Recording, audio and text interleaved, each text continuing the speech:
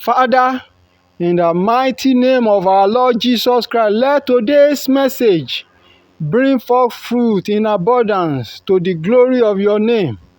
In Jesus' mighty name I pray. Brethren, each time God looked down from heaven and his eye is caught across graveyard, he wept bitterly. He wept bitterly for treasures in the cemetery. He wept bitterly for treasures in the cemetery. He wept for an inheritance that was never claimed. In Joshua chapter 13 verse 1, God said to Joshua, "You are getting older, advanced in age. You wanted to die. Meanwhile, I have many inheritance that were yet to be claimed. What will become of those inheritance? If you die, you want to add to the treasures in the cemetery." Joshua chapter 13 verse 1. Joshua chapter 13 verse 1 says, "Now Joshua was old, advanced in years. And the Lord said to him, You are old, advanced in years, and there remains very much land yet to be possessed.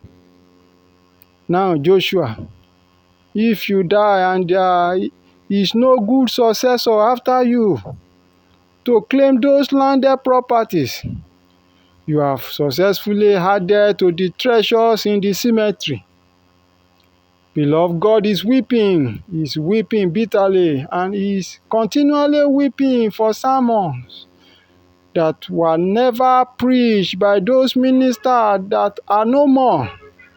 He is weeping bitterly for messages that were never preached by those ministers that were no more.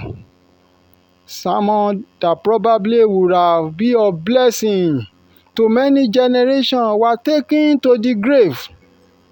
Only God knows how many messages Mike Monroe would have preached and be of blessing to this generation and generation yet unborn if it happened that he is still alive today.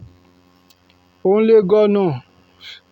Maybe he would have given more sermon, more messages that would have brightened our day than this. Only God could tell many lives his messages would have touched.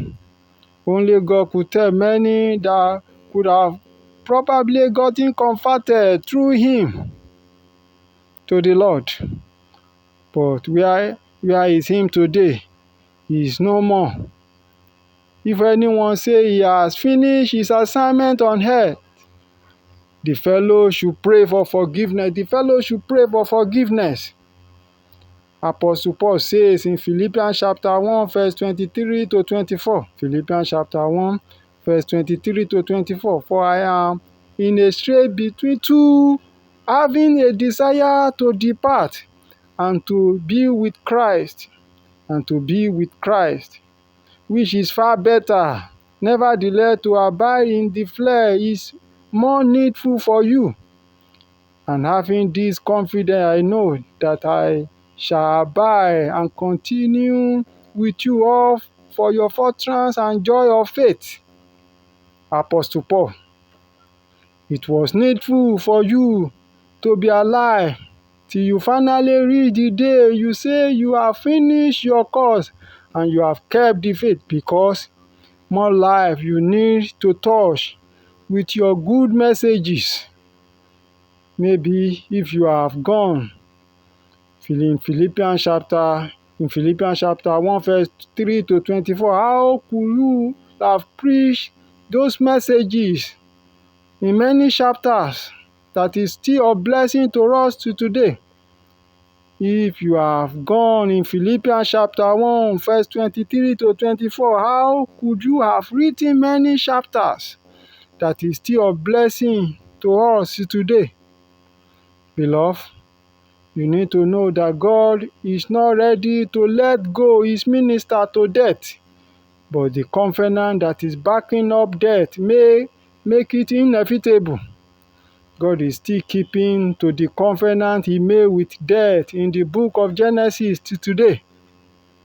Beloved, Only God could tell how many sermons, how many messages Philip could have preached and turned the sinner upside down if he was not stoned to death in the book of Acts. He preached the raw message of salvation, and devil say, if I allow this one to be alive further, he will cause great havoc. He stir up people to stone him to death. Beloved, God is weeping. He is still weeping till today for dreams, good dreams that were never fulfilled. He is weeping for dreams, good dreams that the dreamer has taken to the grave.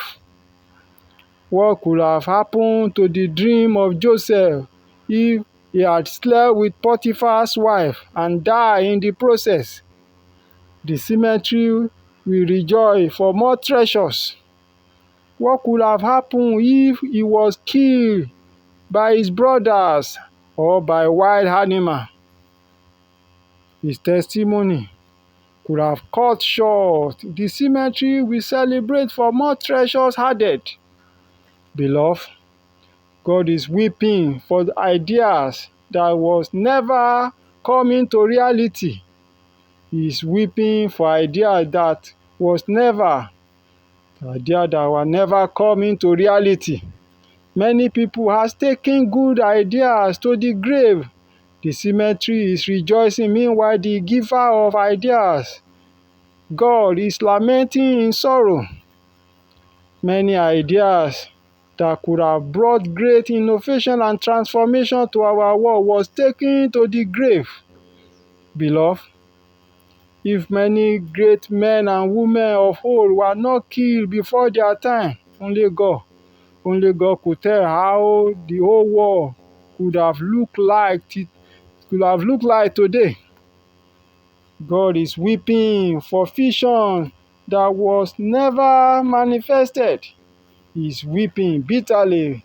A young man who is having a vision of studying abroad.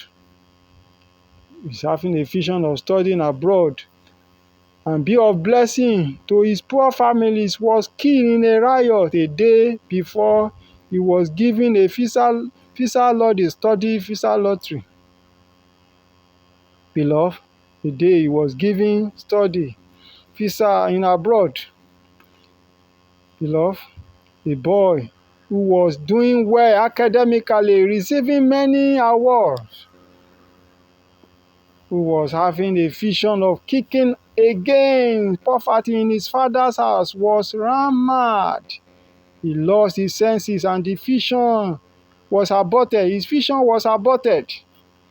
Beloved, many people with brilliant vision found themselves in a country where seed of vision could not germinate.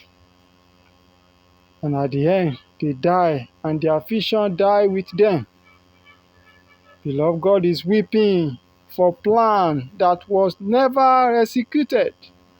He is weeping for many songs that were not written and sing to the benefit of the people.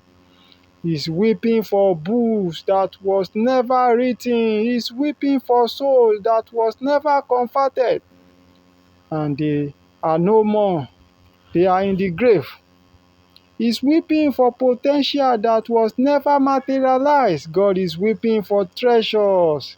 Many people is weeping for treasure that many people has taken to the grave.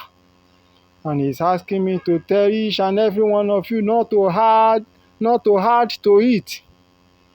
To many of you that have great messages, you have great sermon that is capable to depopulate the kingdom of darkness and populate the kingdom of light. Begin to preach it now.